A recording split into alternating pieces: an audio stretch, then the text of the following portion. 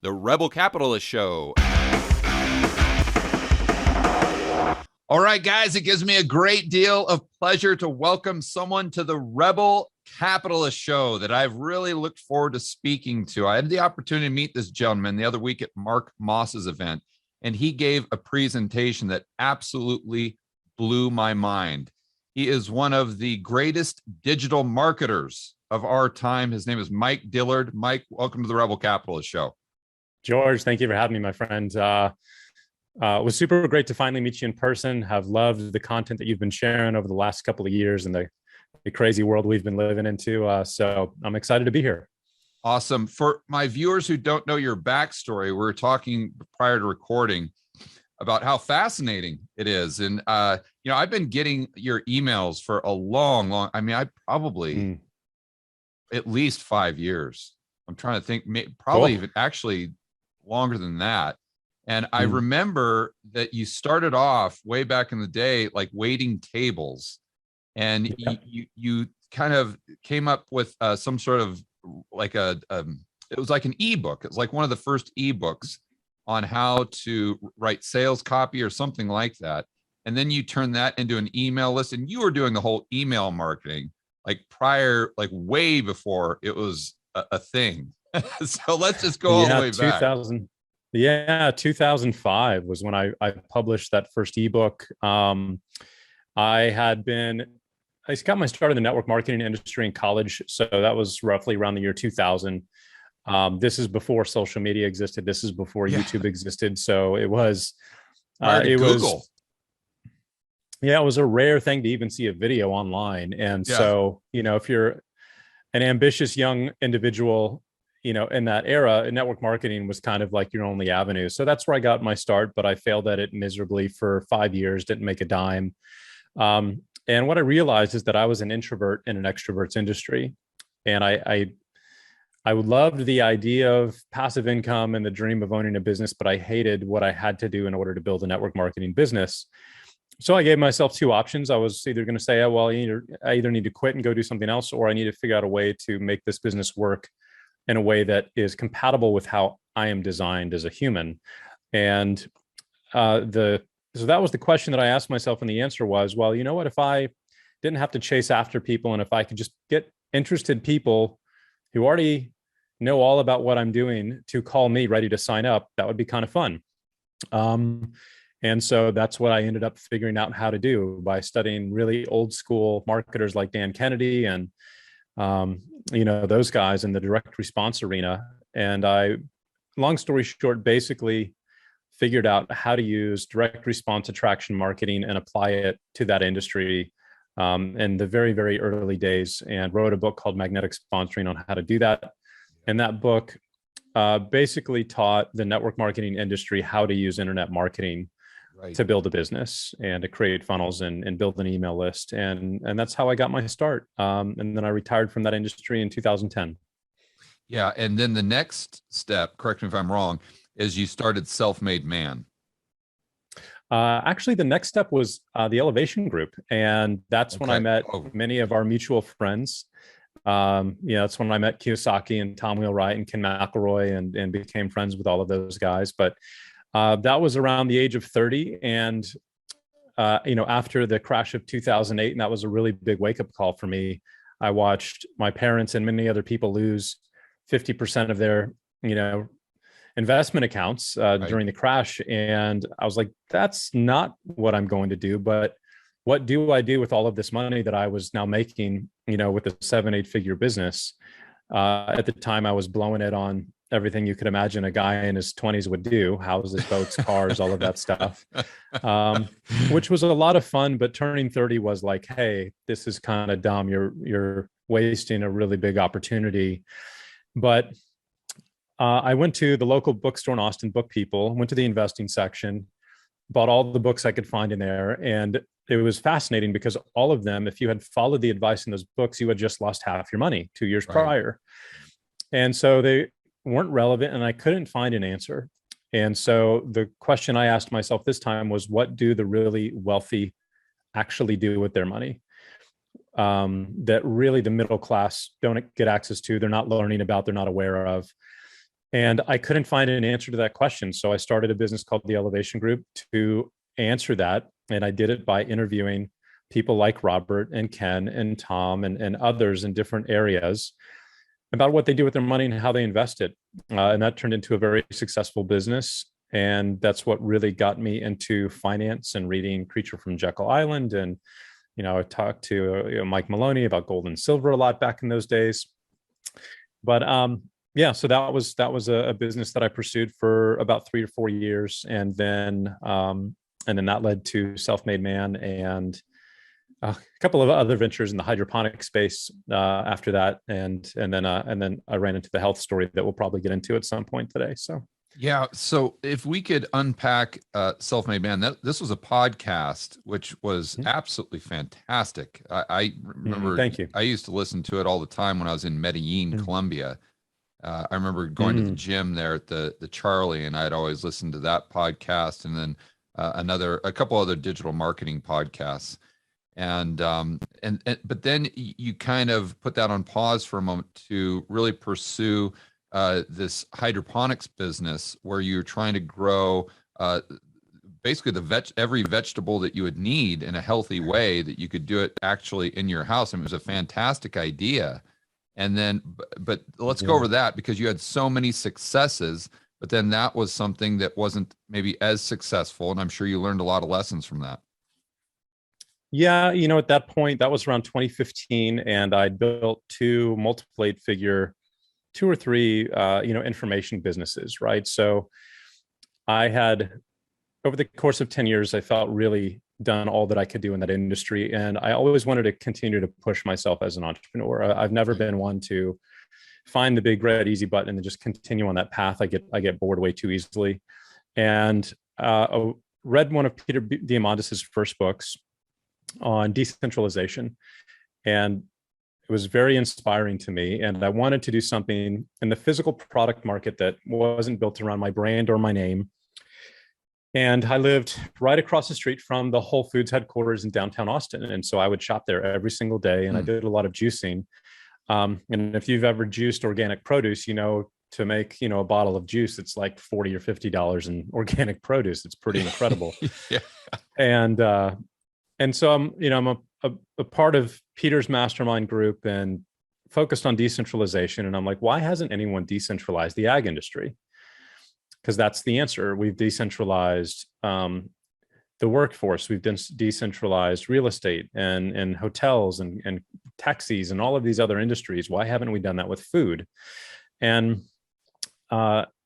again, the idea that you have to be wealthy to eat food that is not covered in poison, it was like a pretty disturbing idea or concept to me. It didn't sit well with me at all.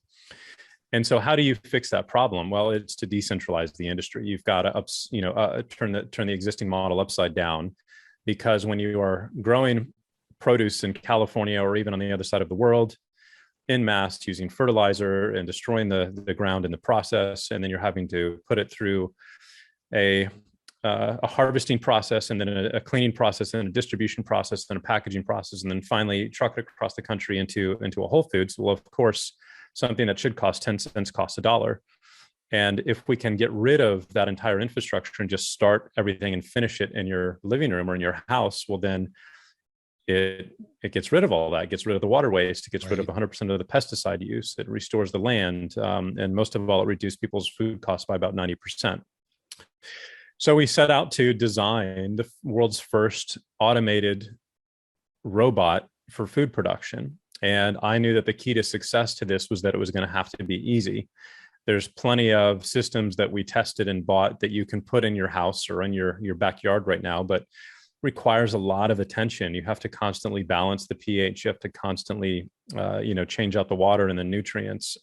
And the lighting, if it's indoors, it fills your house up with blue light all day, which is not very fun, or red spectrum light, depending upon what you're growing. And it was just not a good design. And so the concept was, what if we could automate this entire process to where all you have to do is drop a little seed pod in it, and then it balances the pH, it balances the nutrients, it has Wi-Fi that's connected to the basically the sun cycle. So the lights come on in the morning as the sunrise naturally comes on, and then they go off in the evening as the sunset naturally goes down, right? And then it actually becomes a biohacking device for you as a human, as far as your circadian rhythms are concerned and things like that. And so I spent about 3 years designing and building the prototype, and we did that. I did that with a company called Whipsaw in Silicon Valley, and we had a system up and running in my living room, which was awesome. We were growing produce, and it was quite amazing. But there's a reason why nobody has done this. There's a reason why you can't buy this at a store today, and that's because it is infinitely more challenging than you would ever expect. You have to take into consideration that every single water source is different. The mineral content, the hardness of every water source in every town is different, right? You have to take into account, which is something that I didn't know when I started this process, that plants give off metabolic waste just like people do. And if you have a circulating closed system, as the plants give their waste out, it's being uptaked by the other plant, and it's basically they're peeing in their pool, if you will. Right. And some plants want certain nutrients and other plants want other nutrients, and they're fighting over them. And some want a certain light spectrum and others want a different light spectrum. It just becomes a very difficult process. But about 3 years in, we realized that this is going to take another 3 to 4 years to get to production, and another probably $5 to $10 million. But something made the decision for me. And that is, one day I came home after a trip, and, these systems naturally, the plants suck the water out of the reservoir and the water evaporates. I came home to clean out the tank and refill it, and it was full of black stuff. And I didn't know what it was, didn't really think much about it. I just know I started sneezing a lot, as I was cleaning it out. But about 6 months later, over the next 6 months, my health started to really deteriorate. My sleep got worse and worse. Inflammation got worse and worse. My tolerance for stress deteriorated significantly. Was it mold? Until one day, what's that? Was it mold, like black mold? Yeah, it ended up being toxic mold. And one day I was sitting on my couch, and I felt a little click in the back of my head. I was like, it's kind of weird. Doesn't feel good. And then that was a moment where I basically physically couldn't fall asleep for over a year. Almost died, and went from racing cars one weekend to non-functional, and either going from my bed to a couch 23 out of 24 hours a day for about a year. Right. And nobody knew what it was. And the business came to a halt, social life came to a halt. And it was really just about survival at that point. And it took about 6 different doctors in a year before I found a doctor who finally tested me for mold and figured out that that's what it was. And if you ever take a mycotoxin test, that's how you test for mold in your system. The scale goes from 0 to 50. Anything above 5 is toxic. And my result was 21,000. Yeah. So basically my brain was being eaten alive by mold, which is not a good thing. And so that started a 3-year-long healing process now, but it also turned into the biggest gift that I've ever gotten because of what I've learned by going through that healing process. It completely changed my life in phenomenal ways. So Mike, before we get into that, I'm personally curious to know, how do you eat well today? Knowing what you know, I mean, you obviously took a massive deep dive into that. How do you get your chicken? How do you get your beef today? How do you get your produce, your vegetables, your fruits? The main thing was to get on an anti-inflammatory diet.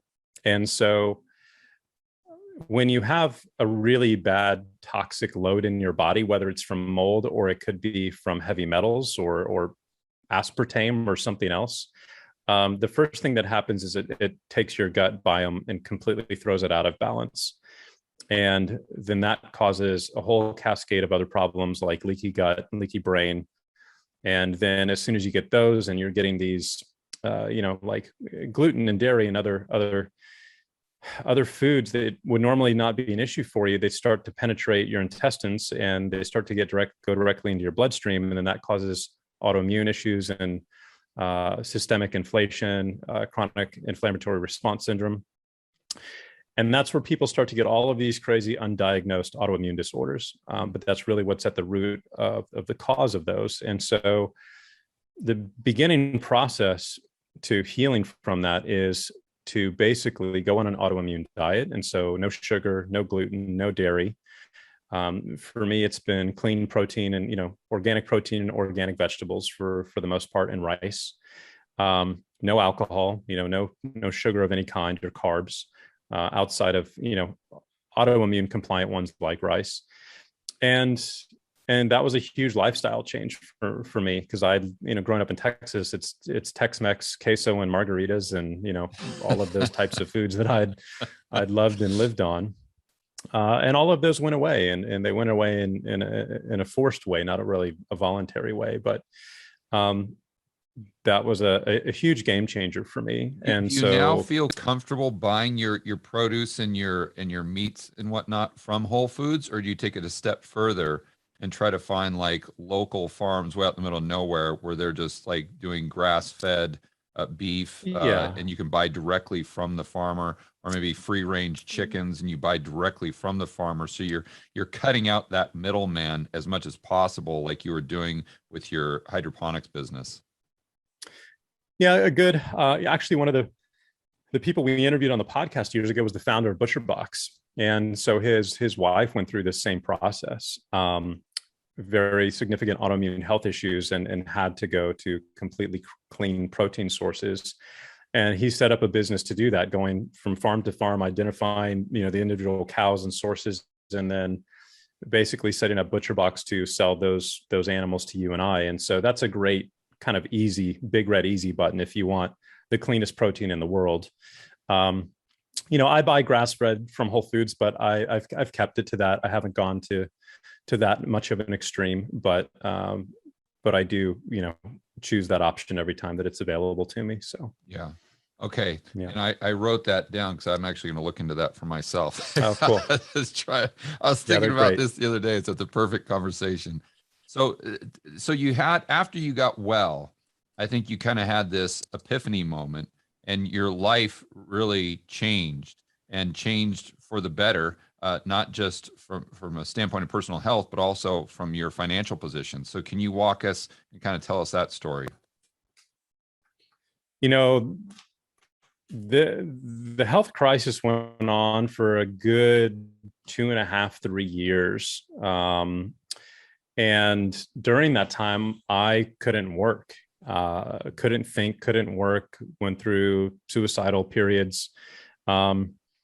And when you've got a business with overhead and employees and, expenses, that tends to drain the bank account very, very quickly. Plus, I'd say at least $10,000 a month in medical expenses, none of which was covered by insurance, right? So the big priority became, oh my gosh, I need to figure out how to make passive investment income, because I don't know, or I didn't know at the time, if I was ever going to be able to work again. And so that became a huge priority. How do I make passive investment income that's going to pay the bills, even if this lasts a couple more years, whatever it may be? Yeah. And, as an entrepreneur, I'd always considered my business my source of passive income. Never in the world that I think I'd go and just have that ability taken away from me overnight without any kind of foresight or planning or anything like that. And so that became piece number one. But the fact that this was really a brain injury was also a huge gift, because healing from that required me to go through every kind of therapy that you can think of to heal the brain. And it forced me to learn about neurochemistry and how all of that works, where I'm taking neurochemical tests all of the time, and taking tests and learning about my neurotransmitters and their different levels and how those affect mood and decision making. I did EMDR therapy, hypnotherapy, 9 ketamine IVs, transcranial magnetic therapy, cognitive behavioral therapy, an MRI scan, lots of brain scans. And so a good solid 2.5 years, plant medicines, Wachuma, MDMA therapy, psilocybin, and mushrooms, anything that anyone could suggest, I would go do. And it really just helped me figure out the nervous system. And what was interesting is, as I was going through those therapies, you naturally uproot and start to look at your past in a very different way. and you start to see the patterns in your life and your behaviors and your decisions and why you had those behaviors and why you made the decisions that you made. And all of a sudden, I just had this huge, light bulb moment where it's like, man, I've been really good at making money my entire life, but I haven't been that great at keeping it. Right. And this is a very common, I'm not going to say pattern, but profile for entrepreneurs. Most entrepreneurs that I know, 80, 90% are very comfortable with taking risks and they love adrenaline. It's just our profile. It's how we do what we do, and we can do it comfortably. But when you apply that profile to investing money and trying to keep money, it's the exact opposite that That's you right. want, right? And so, we have this term in the entrepreneur space called cycling. And, if you talk to an old time entrepreneur about how many times have you cycled, man? And that means how many times have you lost your fortune or made it and then lost it and then made it back? Yeah. You've completed a full cycle, right? It's that common. I'm just laughing so because all of a sudden, that resonates with me so much, Mike. I've gone through a cycle, or actually a couple cycles myself. Yes. And I've never taken a finance class or an econ class or anything like that. I almost flunked out of high school, and I retired in 2012. Yeah. And when I retired, I got into investing just because I wanted to invest my own money. And that's one of the first things that I noticed. I said, wait a minute here.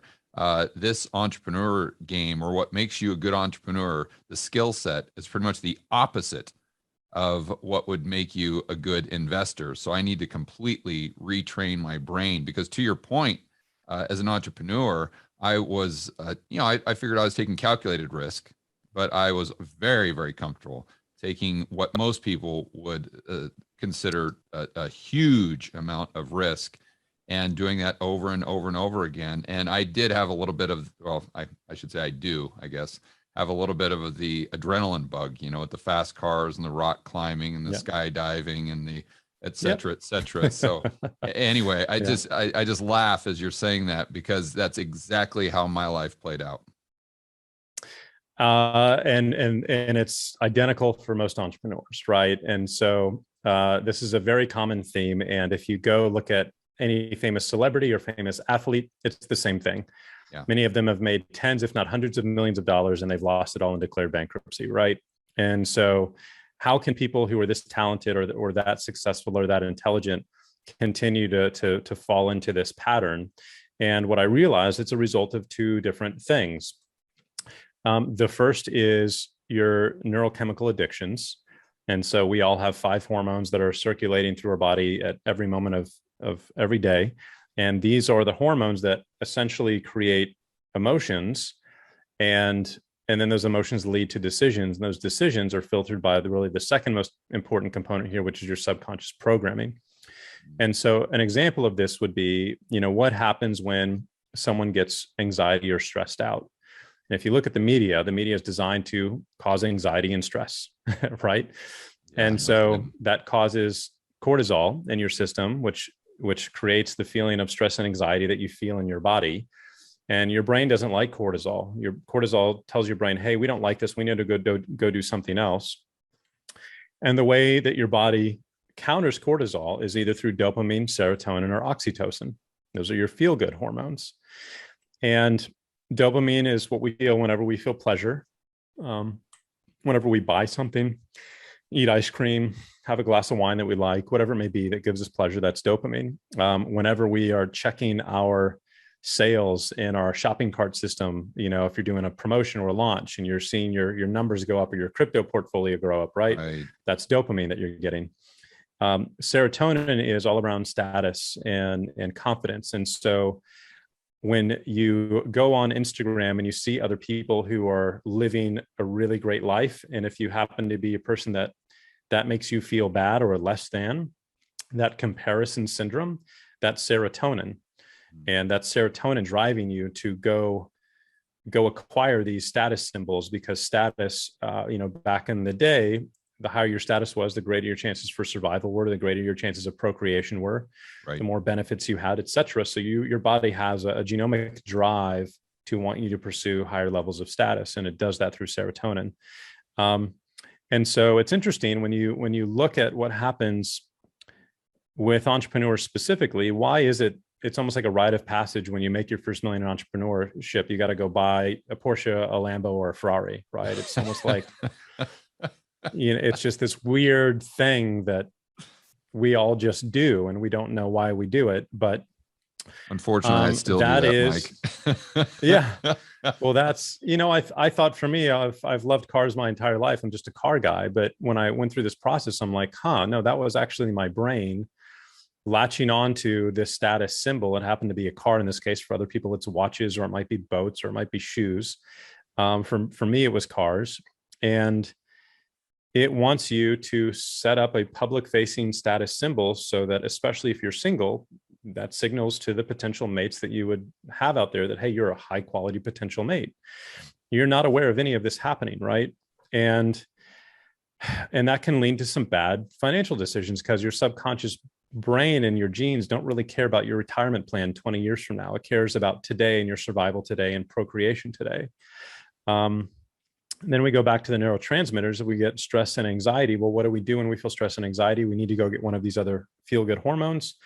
And the fastest way that we do that in modern society today is we turn to food. Before we know it, we've got a spoonful of ice cream in our mouth, or we turn to alcohol. We crack open a beer or a bottle of wine, or we go shopping, right? We jump on Amazon, or we're down at Best Buy or the Apple Store, whatever it may be for you. But those are the three primary ways that we as modern humans extinguish cortisol. And if we're on social media, or if we're on the media today, we're getting bombarded with messages that induce fear and stress. And so it's training us and creating this hard wiring in our brain of a lifetime of these habits of get stress, feel anxiety, go eat, go drink, and go shopping. And I can't think of a better description for the American way than that, right? And so if you have a brain that, as this habit continues, neurons that fire together wire together, we've all heard that from Tony and others. Well, now that becomes the default pathway in your behavior and in your brain. And so you're going to pursue one of those three things as soon as you feel stressed, without even thinking about it. You're not even going to be aware of what it is that you're doing before you do it, for the most part. And that ends up causing what I call, or creating, an inverted dopamine response, meaning an unhealthy or upside down dopamine response.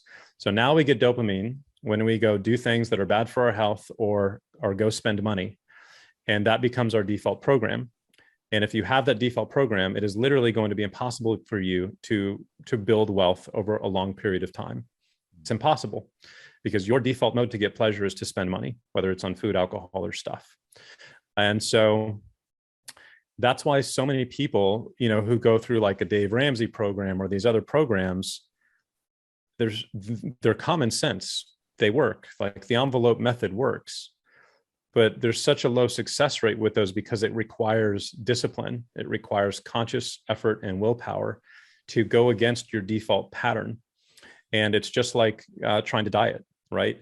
So when you have your default pattern over here, which requires zero effort and zero thought and zero energy because it's your default mode, and then you try to consciously change that over here and lose 20 pounds and change your diet and go to the gym and do all of these things with willpower, this eventually runs out and gets tired, and then it fades away. And then this default just comes back, and then boom, you're back into the same pattern that you've always had your entire life. And so that's why people have trouble when it comes to money as well. And what I realized is like, hey, well, there's some individuals out there like, the Warren Buffett type, and a few of my other friends who can just keep the money they make, and it gives them joy to do it. And it actually causes stress when they spend money. I mean, that's Warren Buffett, right? He gets stressed out when he spends money. That's why he lives in the same house he's lived in for 40 years. But he gets pleasure, he gets dopamine when he saves and invests money. And so that what I would call a normalized dopamine response, or a healthy one. And so if you have that as your default program, you will become wealthy and rich effortlessly. It will not require effort because that is your default mode. Right. If you don't have that, then it's going to be very, very difficult. It's going to be a conscious struggle, and you're going to go back into these loops, make it, spend it, risk it, make it, spend it, risk it, make it, spend it, risk it, your whole life, until you figure out, one, that this is going on, and then two, how to reprogram it. And so that was really the big gift that came out of this process for me is I I became aware of the make it, spend it, risk it cycle that I'd been stuck in. And then I became aware of how it operated and what caused it. And then I became aware of how to reprogram it and change it. And that's really been one of the biggest gifts that's come out of this health crisis for me, is that I was able to reprogram that dopamine response. I got rid of all the sports cars. I set up basically a system that we use that retrains the brain to get a dopamine response when you save money now instead of spending it. And then we focused the last year on building passive investment income sources that have now replaced, all of our bills and that cover all of our typical stuff, home bills, car bills, and all of those things. So that if I never had to work again, we're fine. Like all of that stuff is covered and I literally don't have to work anymore. But that wouldn't be possible if I had not figured out the neurochemistry component and the subconscious program component. Right. If you're not aware of those, you have zero chance of ever making a lasting change in your life when it comes to money. Yeah. You know what this is like? When I retired in 2012, this was prior to me knowing anything about macroeconomics, like I was saying before. And I was at the Marina Bay Sands in Singapore, and about 10 minutes prior to a dinner date, and I stumbled upon Milton Friedman's Free to Choose series on YouTube. And I remember it made such a massive impact on me because he was able to articulate things that I knew, like as an employee and as an employer. I knew these things. They're conscious, they're subconscious, but I never heard anyone that just really state them as matter of fact and then show the data and the principles behind these assertions. And it's what you just said right there, Mike, is the exact same experience. It's the same experience I had with Milton Friedman, where you were just able to articulate what I have known in the back of my mind for the last 20 years of being an entrepreneur. Yeah. I mean, you just hit the nail on the head right there. So thank you very much on a personal level. It felt like I just went through some sort of therapy session, like a personal therapy session. But it's liberating, because I mean, that's what it was, a huge light bulb moment for me, because now you're not a victim of these invisible forces anymore. And the moment you have this light bulb, you're now empowered to like, oh, I can see what's happening now. And the moment you see what's happening, you can take ownership of it. And so thank you very much for that, because it was just as liberating and as big of an epiphany for me as anything else, kind of like that in my life, that it's like there's a before this and then there's an after this, and life is never the same once you kind of have that awareness. So I'm assuming this wasn't an easy transition for you. I mean, first step is understanding it. And you can help people understand it because you've dissected the problem. You understand the nuance, you articulate it beautifully. But then, what do they do? How do they take those steps? And obviously it's not easy to make that transition. I'm sure it wasn't easy for you. So walk us through that process in more detail. How did you get from where you were to where you are today? Well, my circumstance was interesting because I didn't have a choice.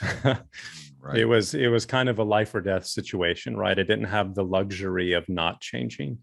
And so that was a blessing in disguise. But what we teach people now when we take people through this process is we start with the neurochemical component of it. And there's very simple ways to change your neurochemical associations. I'll just give you one little exercise that is very common. Everybody knows of it, but they've never applied it in this context. And so how do you take back control of your nervous system, specifically your limbic system, which is what the media is targeting all day long, right?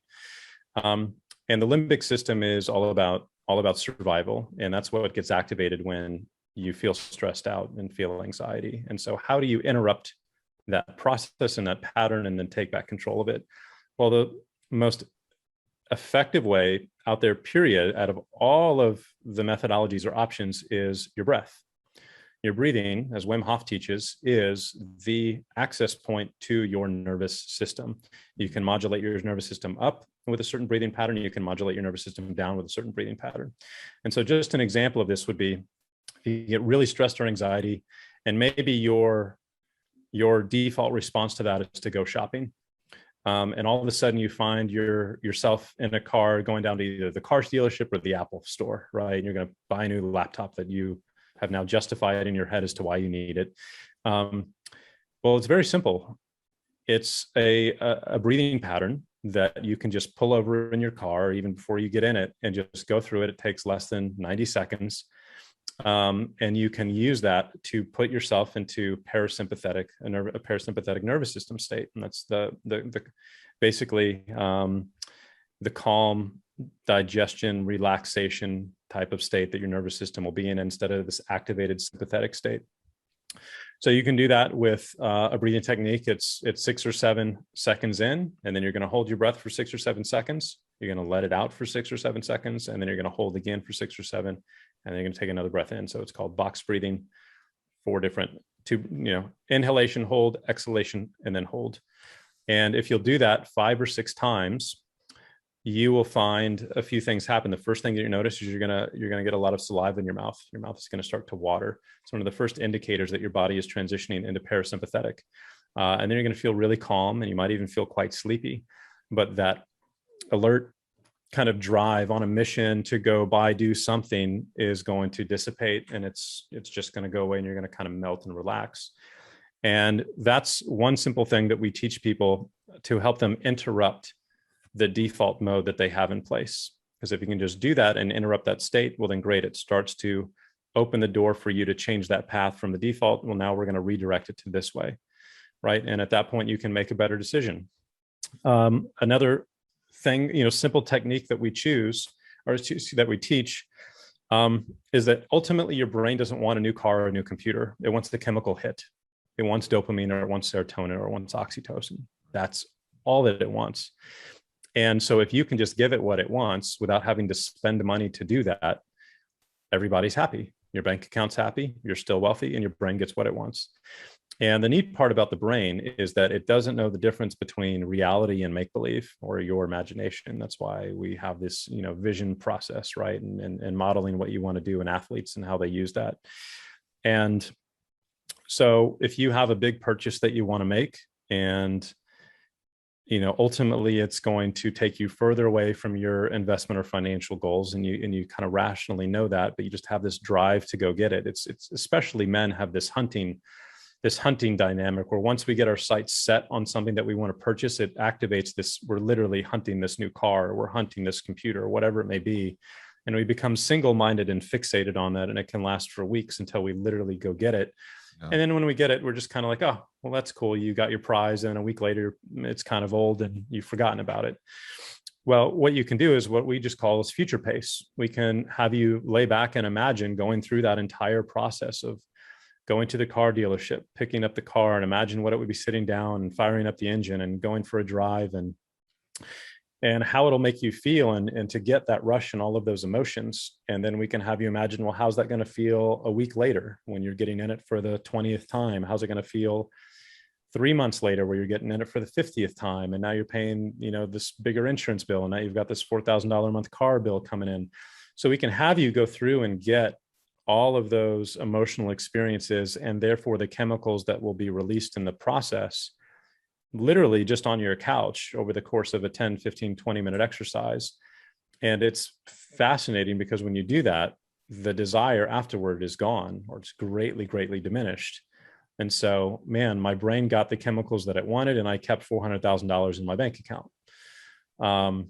And so you can do that with everything. You can do it with your relationships. You can do it with food. You can do it with alcohol. You can do it with whatever that you want, to really interrupt this pattern and then redirect it. And then after that, there's all different things that you can do to go on the much deeper side. And then that takes us to the subconscious. And that's the more challenging piece of the puzzle. Subconscious work requires really, to be most effective, the assistance of somebody else. It requires a coach or a navigator of the subconscious mind, if you will, because your conscious brain is an absolute expert at keeping your version of reality that it knows and that it feels is safe intact. And it's not going to let your conscious mind see a new way of being and to go pursue that if it thinks that that's going to cause disruption or danger in any way. But if you have someone outside of you who can see the patterns that you're repeating, and then help you reframe those, then that's where you can really make significant change very fast. And so some of the most effective and fastest way to do that is through hypnotherapy. Hypnotherapy has been a phenomenally effective tool for me over the past couple of years to reprogram my subconscious. It gives you direct access to the subconscious. And when you're doing it with a therapist who can see the patterns because they've done it with 5,000 patients and they know how to help you reframe it, you can go back. I guess a great example of this is a lot of people have money issues because they don't think that they were good enough. It's a self-worth problem. Entrepreneurs specifically usually become entrepreneurs because at some point in their past, and this goes for me, usually when you're a child, elementary school-esque, middle school-esque, something happened with your family or kids at school or somewhere that created a belief that I'm not good enough and I need to go prove to the world that I am. And I'm going to do that through my accomplishments or the amount of money that I make or whatever it may be.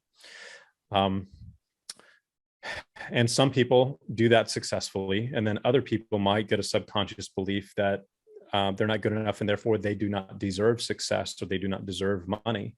And these are the individuals that that come to all of the entrepreneur seminars, that come to all of the Tony Robbins seminars for a decade, and they're still stuck and they're still where they're at 10 years later, and they can't break through this financial ceiling that they keep running into, and they don't never know why. take action. Something stops them. It's this invisible straitjacket or whatever it may be that they keep running into, and despite constantly pursuing, trying to figure out what's holding them back. Right. And usually at the root of that is a subconscious belief that if I make money and am successful, that is a threat to my safety. And well, how would that be, Mike? Well, we have to think in terms of, our history as Homo sapiens, basically, which is 10,000, 20,000 years, instead of modern society, which is, really 200 or 300 years. If you were to go against the grain or go against the tribe in the past, it meant death for you. You couldn't survive on your own. And so if you grew up, let's say, in a household where, your parents said rich people are evil, or rich people just care about money or evil, or a church where it was the same thing, right? And your brain as a 7-year-old picked up on this thought that you overheard one day, and it just kind of stored it away. Oh my gosh, rich people are really bad. We can't make money, or we'll be seen as bad. And then our parents won't love us anymore, whatever. We'll lose our friends and we'll lose our family. We'll get kicked out of the family. We'll die. It's completely irrational, but we're not talking to a rational mind. You're talking to a limbic brain stem that's ancient, right? But if that subconscious program was embedded back then, which it is for many people, no matter what you do, you're never going to break through it. It's that default program running. You might be able to break through it for a little bit and have a success. And then you're going to do something like people who win the lottery.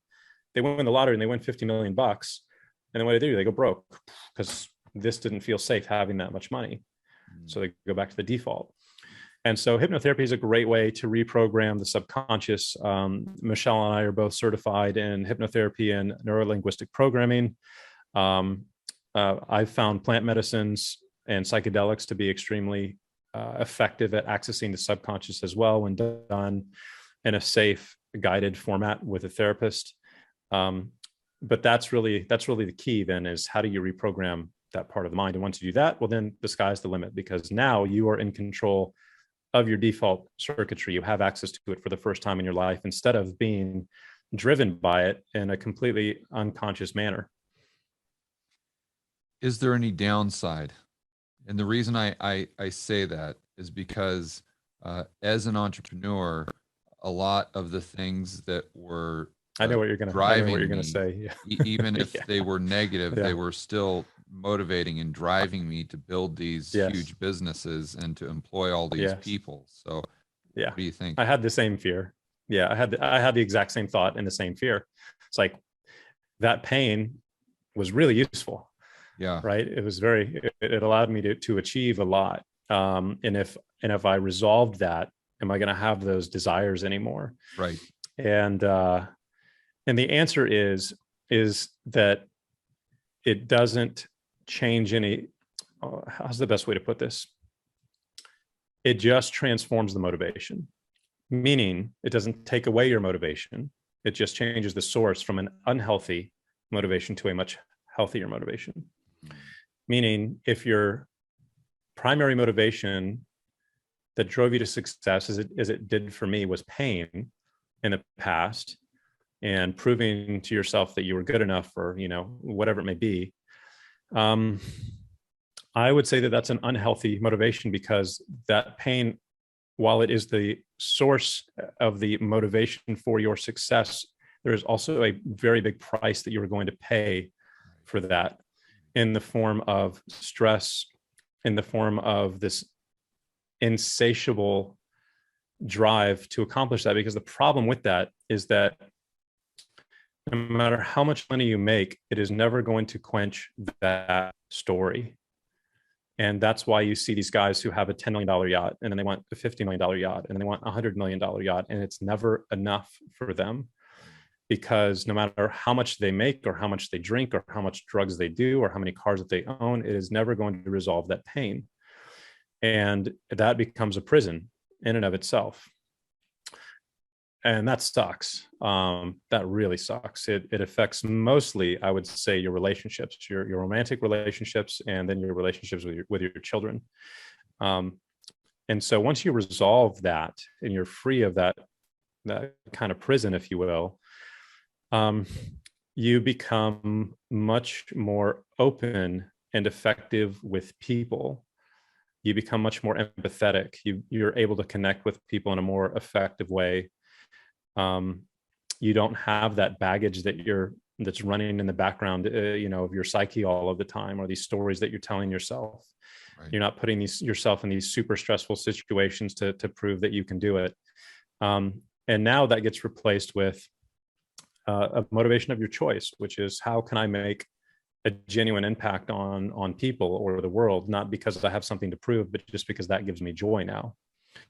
And the level of motivation can be equal, but it is infinitely more healthy at that point.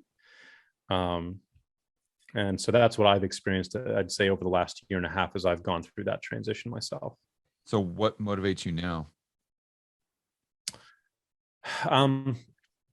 I would say connection. Now I can have genuine connection with other people. I mean, my relationship with Michelle is the first truly healthy relationship I've ever had, I would say.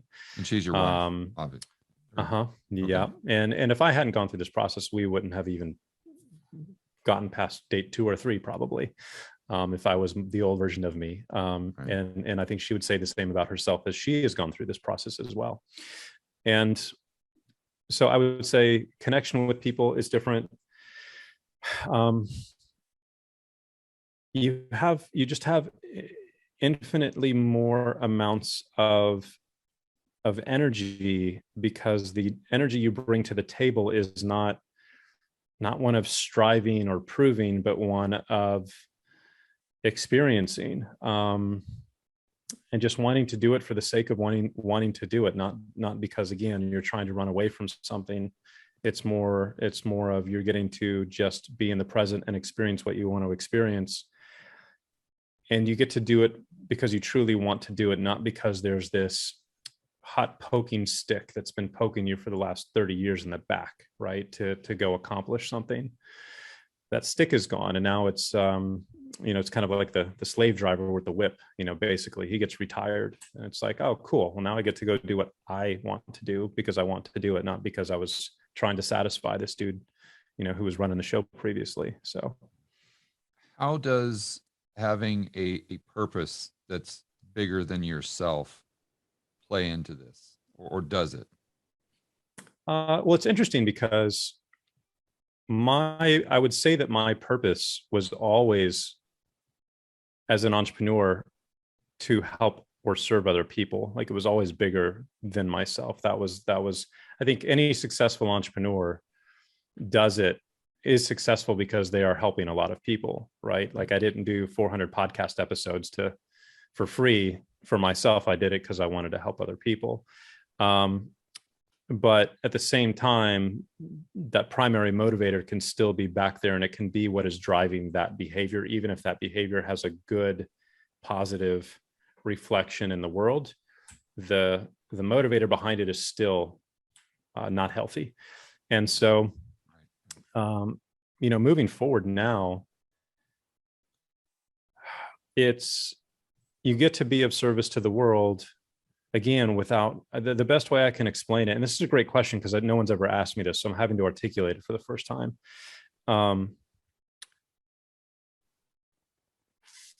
It's just like you get to do the same thing that you were doing without the negative component that was pushing you in the first place. It's just dissipated. And so the best part that you loved is still there. And the unhealthy, slave driver with the whip is gone. And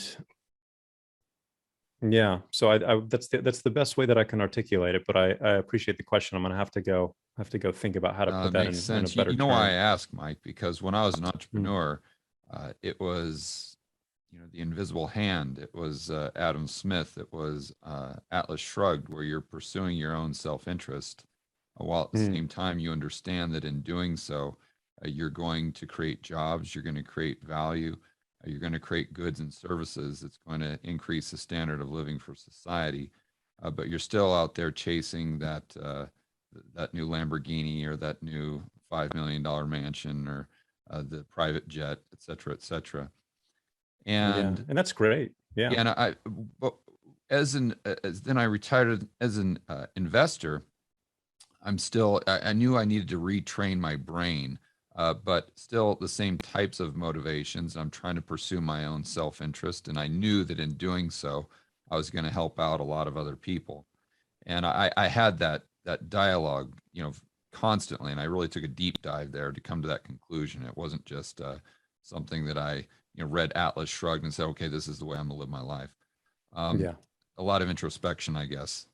But then, the line in the sand, and I didn't even know the conversation was going to go in this direction, but the line in the sand that I always had, when I started doing these videos back in 2019, that's when I started my YouTube channel.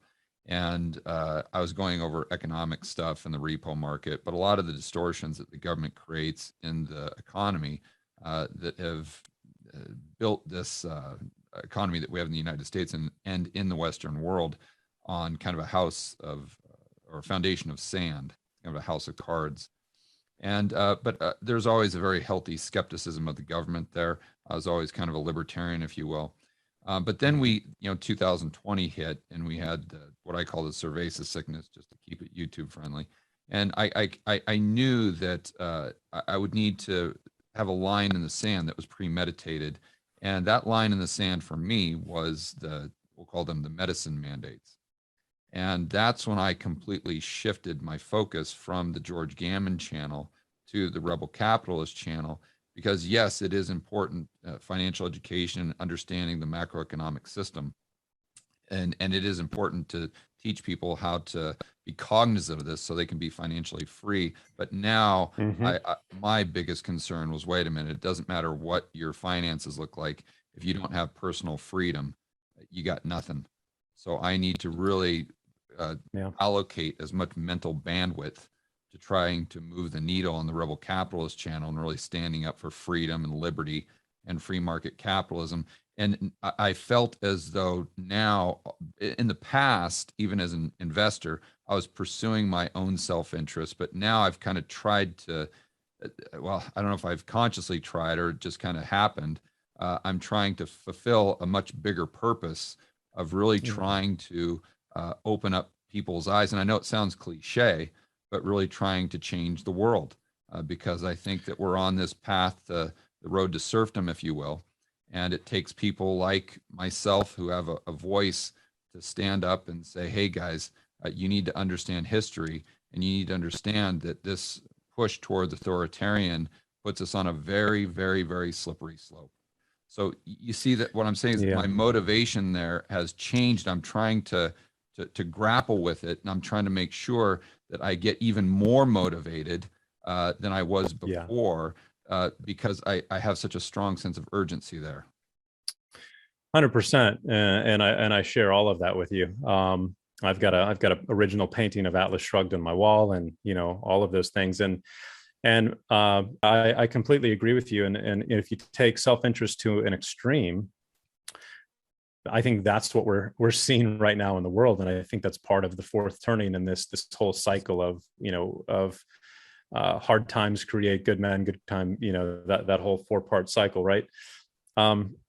Is we're now seeing people in power, and whether it's in Washington or in corporations, take their own self-interest to that extreme where it's whatever is best for them at any cost, even if it's at the cost of country, society, what individuals' lives, whatever level it may of a be. Sociopath. And it has lost any form of I want to achieve, pursue my own self-interest while being of service to others. Now it is, I want to pursue my self-interest even at the detriment of others.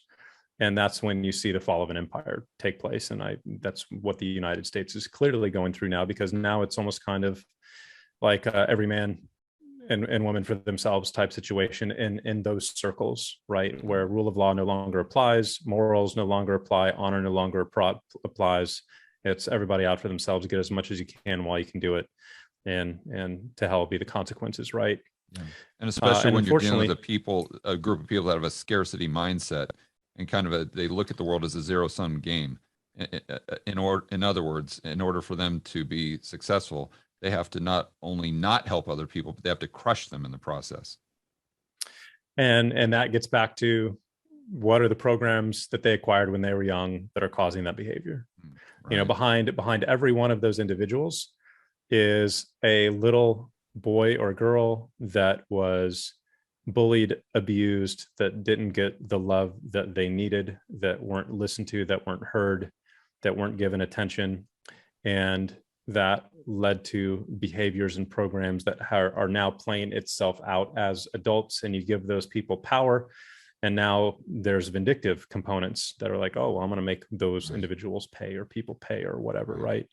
And unfortunately, if you I'm assuming you're along these lines as well. If you create a control mechanism to control people in power based on abuse, we're going to call it sexual abuse or molestation or child trafficking, right?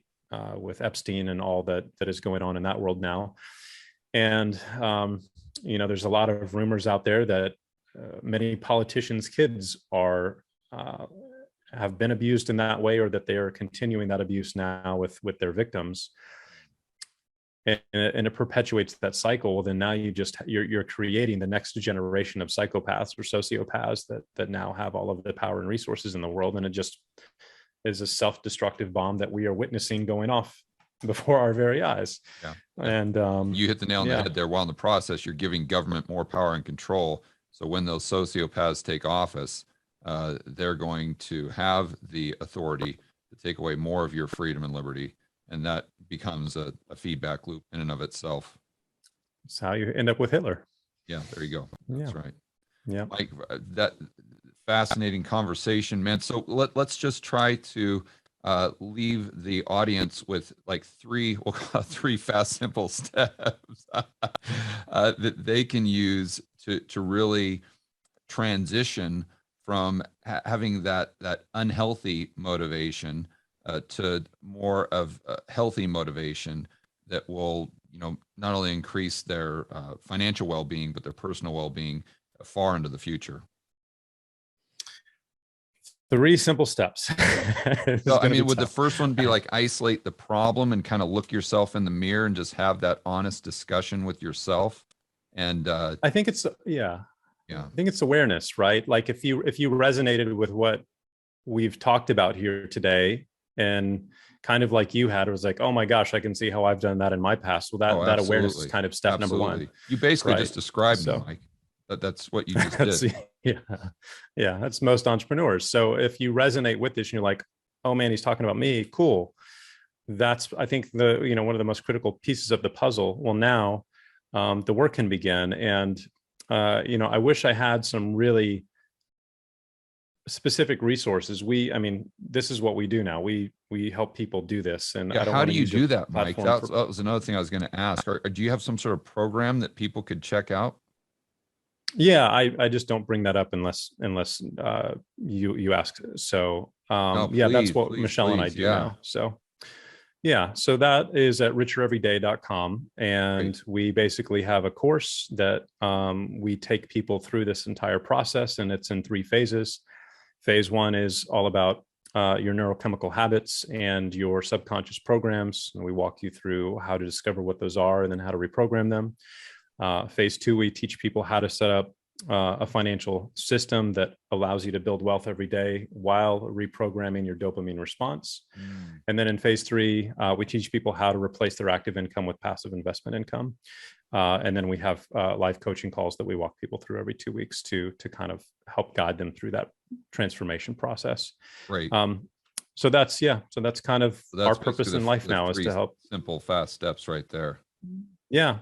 Help people get out of this cycle and create security right now. And I share the same level of urgency that you do with what's going on in the world. We just put a ranch under contract 2 weeks ago in the Hill Country in Texas to, take off the grid, and we're building a greenhouse and chickens and all of that stuff. So for me, the single most important way that I can help people today is to help them create passive investment income, because who knows what's going to happen in the next 36 months. I just know it's not going to be any better.